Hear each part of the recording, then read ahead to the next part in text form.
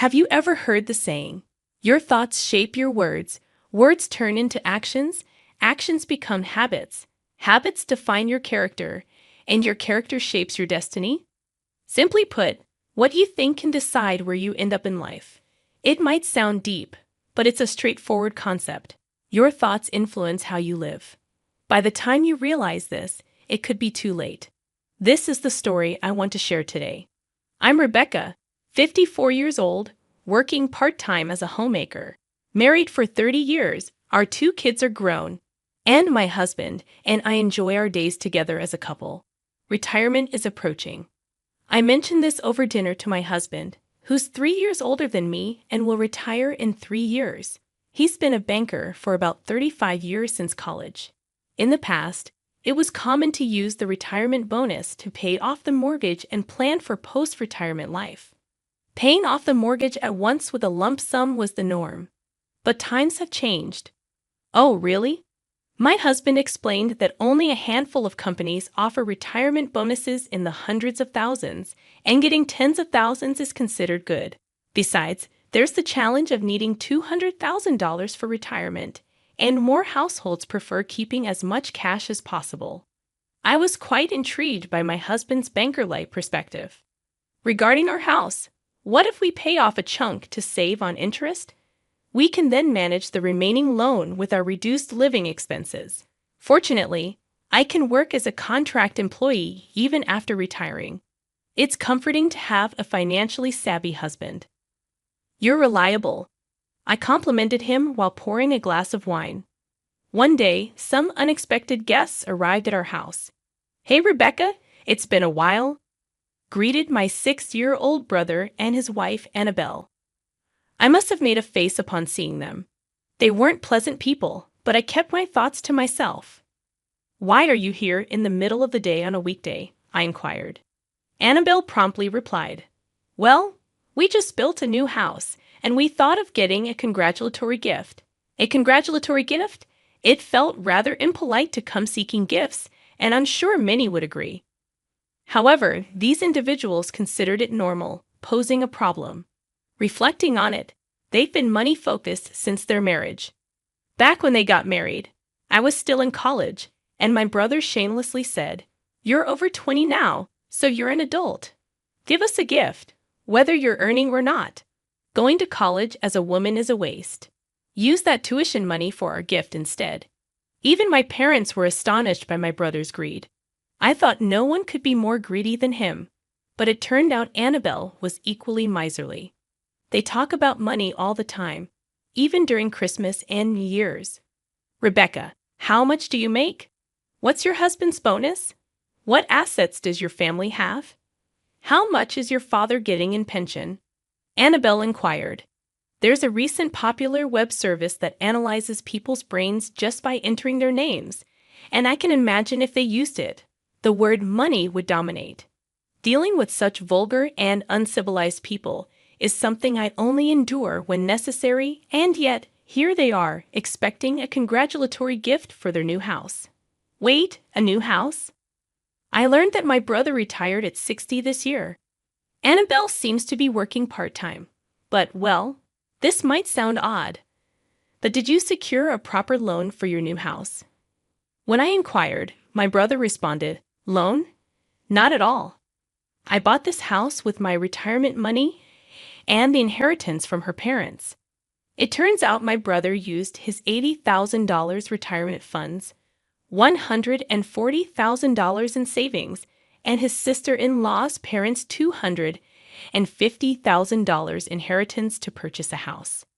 I've been in a rental for a long time, and I wanted to experience living in a house. A new house is definitely nice. Indeed, it's really nice. Much cleaner than this old house. It's barrier-free, and will be secure in our old age. However, I'm concerned about such a risky move. But you still have 5 years until you start receiving your pension. Don't you think it would be better to have some savings for your old age? When I mentioned that, my sister-in-law shot me a contemptuous look. "You're such a worrywart. We've thought about those things." At that moment, my brother and his wife exchanged a creepy smile as they leaned in close to each other. What are they plotting? I discovered their scheme a month later. Rebecca, your dad collapsed. I got that call from my mother during my lunch break at work. My father was perfectly fine when I spoke to him a week ago. Why did this happen? I informed my workplace and immediately rushed to the hospital. Upon arrival, my husband was already there, offering comfort to my haggard and slouched-shouldered mother. "How's Dad doing?" I inquired, prompting my husband to explain that instead of my mother, my father had collapsed in the bathroom and was rushed unconscious to the hospital. He had been diagnosed with a subarachnoid hemorrhage, undergoing immediate surgery and still undergoing treatment. I see. Did you inform my brothers? Yes, I did, but they mentioned discussing the inheritance before visiting his bedside. So, rather than coming to the hospital, they chose to consult with a lawyer at the law firm.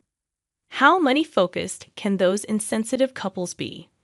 My father is still alive, albeit in critical condition, with a chance of the worst outcome, but it seems inhumane to prioritize sorting out finances while he's still fighting. I'm at a loss for words. Even my mother wears a resigned expression towards their behavior. Honestly, I'm appalled. What kind of heartless individuals are they? The surgery on my father was successful. However, his elderly condition remained precarious, and making predictions seemed impossible. While my mother and I took turns visiting, my brother and his wife were nowhere to be found. Then, a week after the surgery, we received a call from the hospital. "Your father's condition has suddenly changed." My husband, mother, and I rushed to the hospital, only to find my brother and his wife surprisingly already there. "You arrived early." I commented to my brother, who oddly wore a cheerful expression. "Well, why would he look so happy when our parent is in critical condition?" The reason became apparent quickly. "Hey, what about your father's life insurance? Can you ask your mother about it?" My sister-in-law whispered audibly in the hushed hospital room. I shot her a glare, but she appeared genuinely puzzled, saying, "What's wrong?" That foolish expression of hers only fueled my anger. Then the doctor entered the room to check on my father. I believe today is the turning point. The doctor informed us with a serious expression, and my husband, mother, and I broke down in tears. Memories of my father flashed through my mind in an instant. My mother was in the same state, holding my father's hand and calling out to him with a tearful voice. "Oh, but we finally get it. Yeah, now our retirement is secure." I overheard my brother and his wife conversing as we mourned. They seemed eagerly anticipating my father's passing. I recalled what they had said earlier. Their focus was on their retirement, connecting it to my father's inheritance, the new house they built by depleting their savings, the matters with the law firm, and this callous statement. My mother seemed to grasp their intentions and shot a sudden look at my brother and his wife. They had a hyena-like appearance, fixated on their prey and eagerly awaiting its demise. People often say that when anger peaks, it transforms into an unusual calmness, and that proved true. My mother appeared to share the same sentiments, and after silently observing my brother and his wife, she suggested, "Let's step outside for a moment." We exited the hospital room and settled into a discussion in the hospital's lounge. "You two really have no idea," my mother stated with a mix of disbelief and perhaps pity as she looked at them. "What do you mean?" My sister-in-law noticed the shift in my mother's demeanor, her expression suddenly stiffening. My brother maintained a relaxed look, but I wondered if it was only a matter of time. My mother continued, "There's no inheritance for you two to claim." "What? What do you mean, Mom?" My brother's expression abruptly tensed. "There's nothing to inherit. The house and land we live on are in my name, and your father has no assets." Come to think of it, I've heard this before. My father was the type who didn't hoard money. He had a habit of spending all he had, and my mother handled all the household finances. The only money my father possessed was for his daily cigarette expenses. Aside from a vague understanding of money, he was a good husband and father. So my mother and father managed quite well together. In reality, my father had no significant assets, and if anything, he only had a few dollars for his cigarette expenses in the coin purse he always carried. But he has life insurance, right? Yes, but I am the beneficiary. It's none of your concern. My mother sharply replied. Your father is still alive, and this couple is only thinking about money, bringing up life insurance. As I was about to voice my frustration, my mother intervened. Firstly, your father is not someone who would succumb to something like this. He stayed calm during a motorcycle accident, when caught in an avalanche while skiing, and even when he was ill. He has overcome cancer and liver cirrhosis with sheer willpower. If you're concerned about inheritance, shouldn't you be more focused on your own spouse than your stepfather? My mother chuckled while addressing my sister-in-law, and my brother was the one expressing his frustration. Mom, I'm still alive. Don't talk about inheritance. It's inappropriate. It's rude. Their annoyance was likely because they couldn't inherit anything. However, it's the same for you. You're saying the same thing to your father now. Do you realize that? You're being disrespectful and uncivilized. My mother's words left them speechless, forcing them to remain silent. And there was no inheritance to claim. They stood there stunned. What should we do? We built a house and bought a car because we expected an inheritance. How will we sustain ourselves from next month? Last month, we went on a shopping spree using credit, and we still have outstanding loans for the air conditioner and refrigerator we purchased when we moved. My husband and I observed these 60-year-olds panicking due to a lack of funds.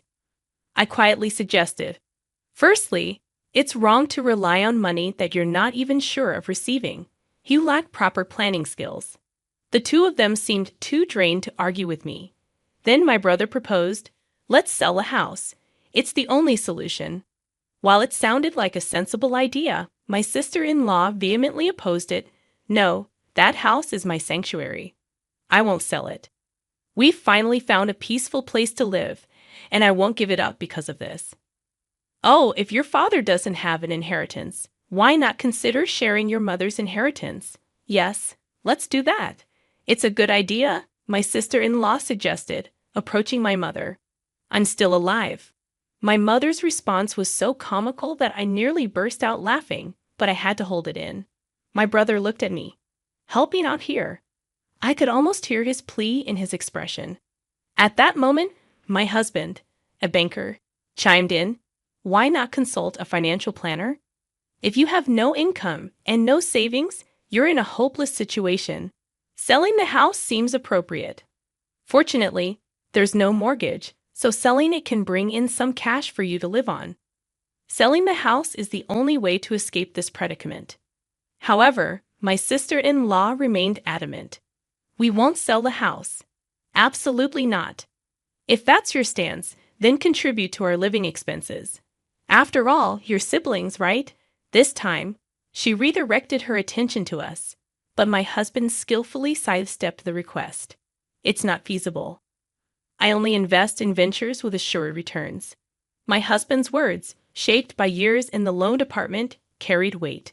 Even if there were potential returns, I wouldn't invest in such a couple. Amidst our discussion, the doctor called. Finally, the moment had arrived. I was mentally prepared for it.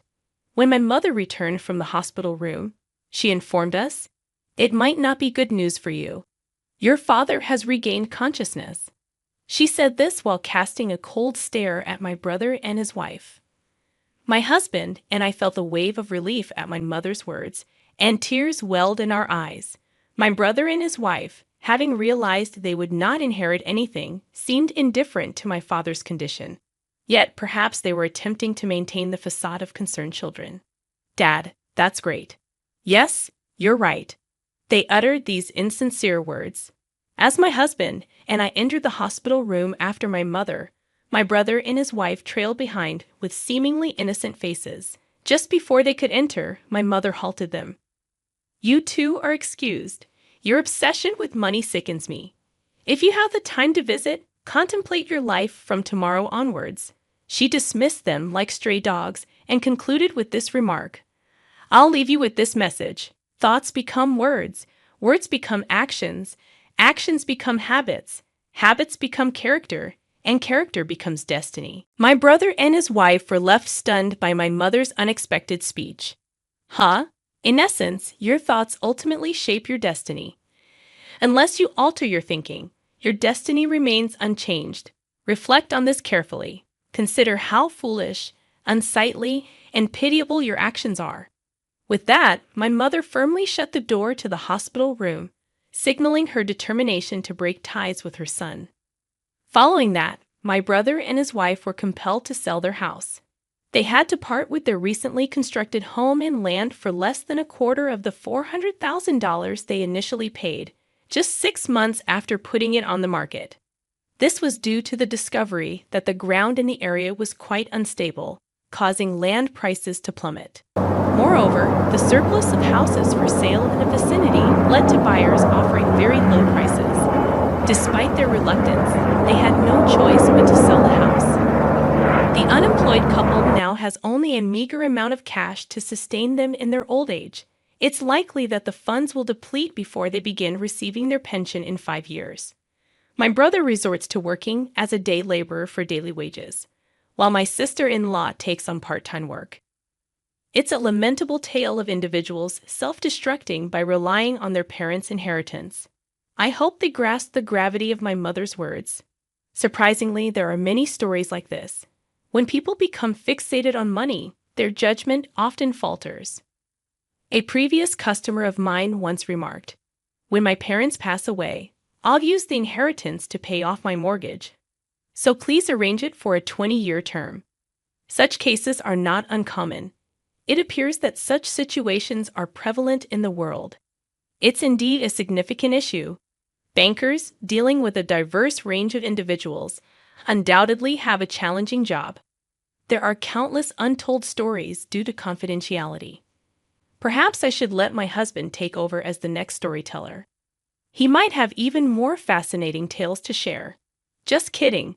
How did you find this story? Don't forget to subscribe to the channel. Until the next video.